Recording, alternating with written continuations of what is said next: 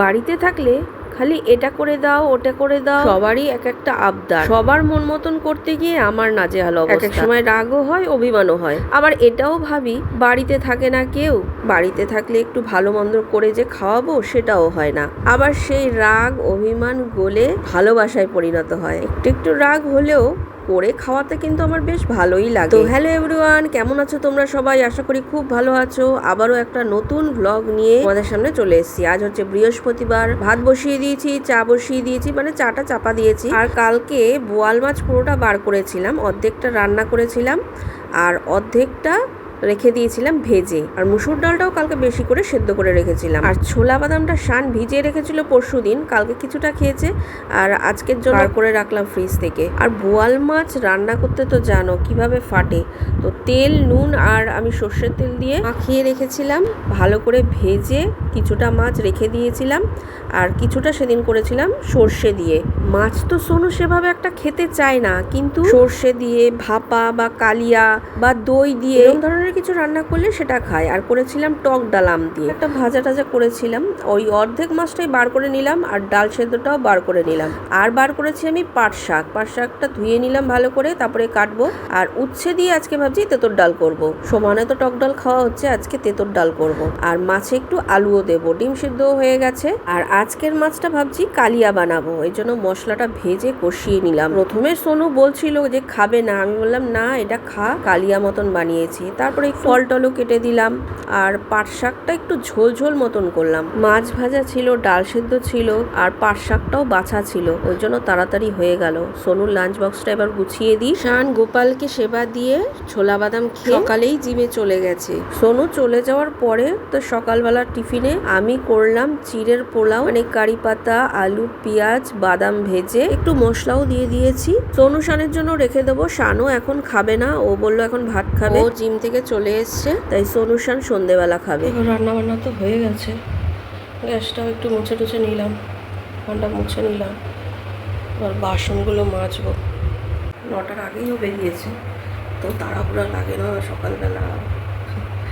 ওর বাবা দিতে গেছে আর ঠাকুরের ফুল বেলপাতা একেবারে নিয়ে আসবে, আজকে বৃহস্পতিবার। আমার হাজব্যান্ড আবার একটু বাজারের দিকে গেছিলো, নিয়ে আসলো চিংড়ি মাছ, কচুরলতি আর এঁচোড়টা আমার শাশুড়ি মা কিনেছে দোকানে। আমি ঘর ফর ছাদ দিয়ে জল তুলে ঘর মুছে ঘরের কাছে জল দিয়ে নিলাম। আর এক পশলা বৃষ্টিও হয়ে গেল, আবার রোদ উঠেছে। দেখো ঠাকুরের বাসন মেজে ঠাকুর পুজো দিতে বসেছি। আজকে মা লক্ষ্মী আর গোপালের কাপড়টা শুধু বদলে দিলাম। আর এমনি আসন পরিষ্কার করে নিয়েছি, কিন্তু আর কাপড় বদলাইনি, শুধু মা লক্ষ্মী আর গোপালেরটা বদলালাম। একদিকে তাড়াতাড়ি হয়ে যাবে। এই যে শাশুড়ি মা সব আলাদা আলাদা করে গুছিয়ে রেখেছে, এখানে দূর্বা, এখানে বেলপাতা, এখানে ফুল, সব একসঙ্গে করে দিয়ে দেয় না, অসুবিধা হয়। এখানে আম পল্লব আছে, তুলসী পাতা। দেখো পুজো করা হয়ে গেছে আমার। এক্ষুনি বৃষ্টি হচ্ছিল, আবার রোদ উঠেছে। প্রায় 2:30 বাজে আর এত জোর বৃষ্টি নেমেছে, বিশাল জোর বৃষ্টি হচ্ছে, একদম বজ্র বিদ্যুৎ সহ কি বৃষ্টি নেমেছে। ভাবলাম বিকালবেলা বেরোবো, ওই বৃষ্টিতে কি করে বেরোবো। আর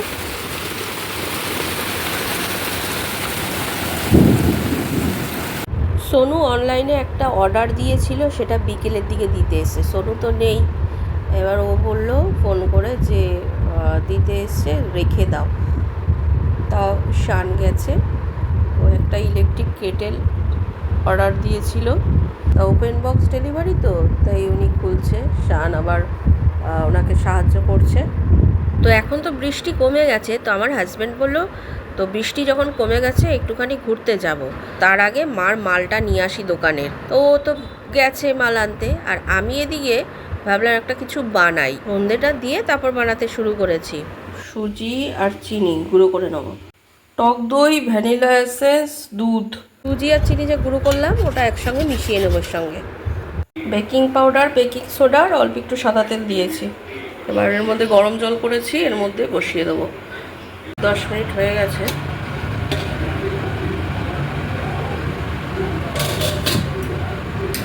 চেক করে দেখব, হয়ে গেছে। ক্লিয়ার বেরোচ্ছে। বার করে নিয়েছি, এবার কাটিং করে একটু স্লাইড ঘি দিয়ে ভেজে নেব। ঘিয়ের মতো একটু ভেজে নিলাম, এমনিও খাওয়া যায়, একটু দেখতে ভালো লাগবে তাই করলাম। বসিয়েছি একটু চা, কফিও করেছি 1 কাপ। হাজব্যান্ড খেলো কফি, শাশুড়ি মা খাবে চা। হাজব্যান্ড তো সোনুকে নিয়ে মাল নিয়ে এখনো বাড়িতে ফিরেছে, কিন্তু আসার সময় এত বৃষ্টি নেমেছে, বলছে আর বেরোতে হবে না। তা কী আর করব, তো বসে বসে একটুখানি লুডো খেললাম আমি আর শান। তারপরে রাতের রান্না করে নিলাম, আলু ফুলকপির তরকারি করলাম আর একটু সিমুই বানালাম। আর এদিকে রুটি করেছি, একটু স্লাইস করে পেঁয়াজ কেটে নিয়েছি। শান আবার বললো একটু পরোটা করো, বৃষ্টি পড়ছে, একটু খেতে ইচ্ছা করছে। রুটি তো করেছি, আবার কটা পরোটাও বানালাম। শান বললো একটু পরোটা খাবো।